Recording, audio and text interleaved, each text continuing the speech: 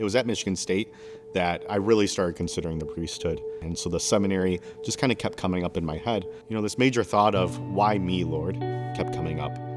I didn't feel holy enough. I didn't feel like I could preside at a mass. I didn't feel like I could lead people in a certain way. So one thing that really helped was reading the lives of the saints.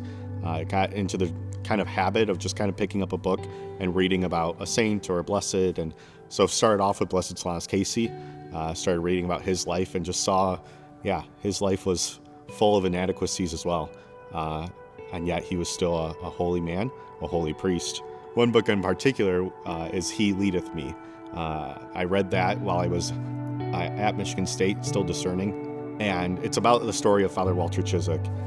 He's been declared a servant of God, so he's on the way to become a saint. And so if this man who, lived a holy life even had doubts, which he talks about in the book, that I doubted God. I doubted whether I could even do this. It was helpful to say, I relate to that. So we hear about Solanus Casey and his, lack of public speaking, and that God used that because then he put him at the door to hold the door open, to encounter every single person that came into St. Bonaventure's. And so, we might feel these weaknesses, but God will use them. And once you're okay with that, then it sets you free. And you can say, I'm willing to do whatever you want because I know that you'll use all my good qualities and all my bad qualities. I didn't actually think about the priesthood growing up. I think probably the biggest block for me in thinking about priesthood, a fear of loneliness. Can I go the rest of my life just by myself? That's what the fear is. And as you go about seminary, I come to realize, okay, no, I'm not going to be alone in this, right? God is always there, right? And if God's calling you to this vocation, He's not going to abandon you. He's not going to do it because He wants to make you miserable. The vocation of the priesthood, if you're called to it, is going to give you the most joy in life. I started praying the Litany of Humility my senior year of high school. May others be esteemed more than I. May others be loved more than I. Jesus grant me the grace to desire it. I'd never heard anything like that before. And I thought it was a very powerful prayer, and I think there's a little bit of pride too, in praying this prayer. Okay, it's this tough prayer to pray. There are some things in there that's really hard to ask for, but I'm gonna be the one to ask for them. So it can be a dangerous prayer too, because it'll humble you really fast. I wanted to be a pharmacist, so I finished my biochemistry degree. But after college, I feel really depressed. I wake up every day, just don't know what to do with my life. It's just very pointless. Before that, I feel like a strong purpose of what I want to do. But at that point, I just very depressed. One day, a priest recommended, why don't I give the priesthood a try? Then, still though, I just really wanted to run away from life.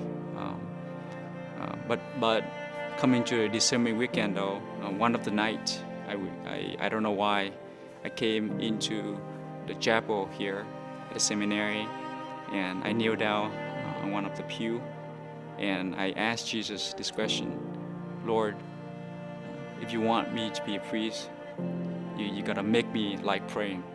Because at that point, 3 Hail Mary for me is too much already. So, but suddenly I felt something in my heart, and I kept praying after that because it felt good. Day after day and week after week, and turned into a couple months. Then that feeling in my heart, I realized that how much Jesus loved me. And at that point, I want to follow this man that loved me. And that was right before the seminary. So I came into the seminary with the purpose not to be a priest, but to follow him wherever he wants to lead me. Another devotion I have is the Jesus Prayer. It's a very short prayer. Lord Jesus Christ, Son of the living God, have mercy on me, a sinner. My alarm goes up. I don't want to get up. I say the prayer a couple of times, and it gives me strength to stand up and start my day. I say the Jesus Prayer throughout the day, and just a mere mentioning of Jesus with my belief that it pushed away my fear.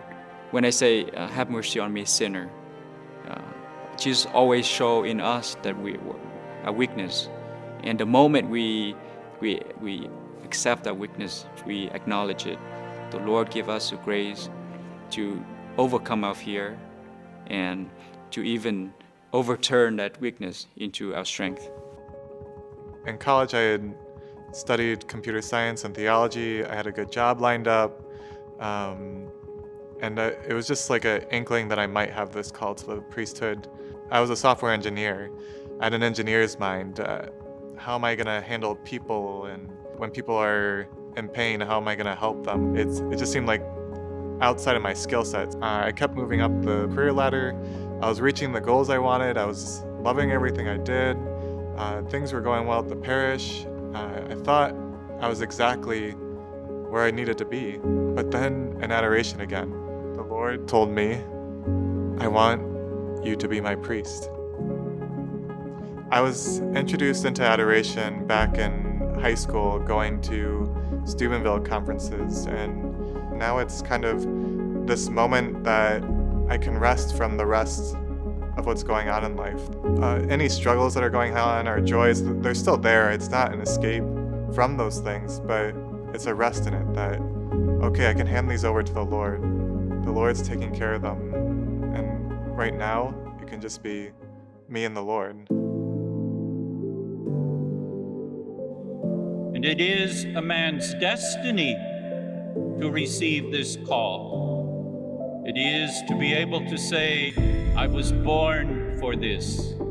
You have, by your discernment, discovered that this is why God made you. This is what He had in mind for you before you were even created in the wombs of your mothers.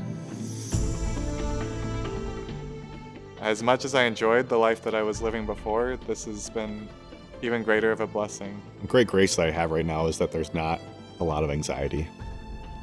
To say, Lord, I followed you deliberately for these last 8 years, and even before that, before I entered seminary, He's filled me with a lot of excitement. And I think when I lay down, lay prostrate, and my nose touches that marble, it's gonna really sink in that this is real, that my whole life is changing in this moment, but it's changing for the better. It's changing because I'm committing to Jesus. I'm saying that I want to follow Him in the good times and in the bad. I want to be an icon of a good shepherd. The kind of priest I hope to be is one that reflects the love and care of our Heavenly Father. I care about you, and how much more does our Heavenly Father care about you? I want to be the kind of priest that really embodies He must increase and I must decrease. I want to be a priest that people can depend on. I want to be a priest that not only brings Jesus to others, but that helps people come back to Jesus. I can see that it is fitting for me to be here now, a priest for Detroit.